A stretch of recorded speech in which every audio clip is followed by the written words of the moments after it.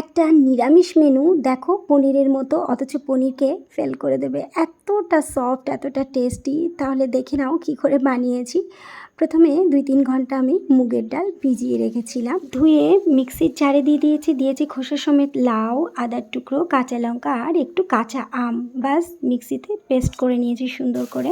কড়াইয়ে তেলটা ভালোভাবে গরম করে ছড়িয়ে দিয়ে তারপর মিশ্রণটা দিয়েছি পরিমাণ মতো লবণ আর হলুদ, ভালো করে নাড়াচাড়া করে নিয়েছি।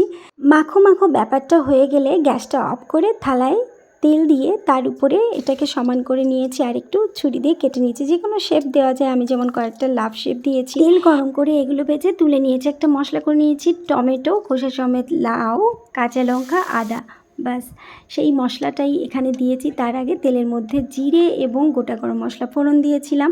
তারপর মশলাটা দিয়ে এতে লবণ, হলুদ, জিরে গুঁড়ো, ধনের গুঁড়ো, কাশ্মীরি রেড চিলি পাউডার দিয়ে নাড়াচাড়া করে একটুখানি ছাতু দিয়েছি যাতে গাঢ় হয়। ঝোল সুন্দর ফুটে উঠেছে আর বরফিগুলো দিয়ে দিয়েছি। আর দেখো নামানোর পর এত সফট, এত ভালো খেতে, কী আর বলবো। তোমরাও বানালে আমাকে জানিও কিন্তু।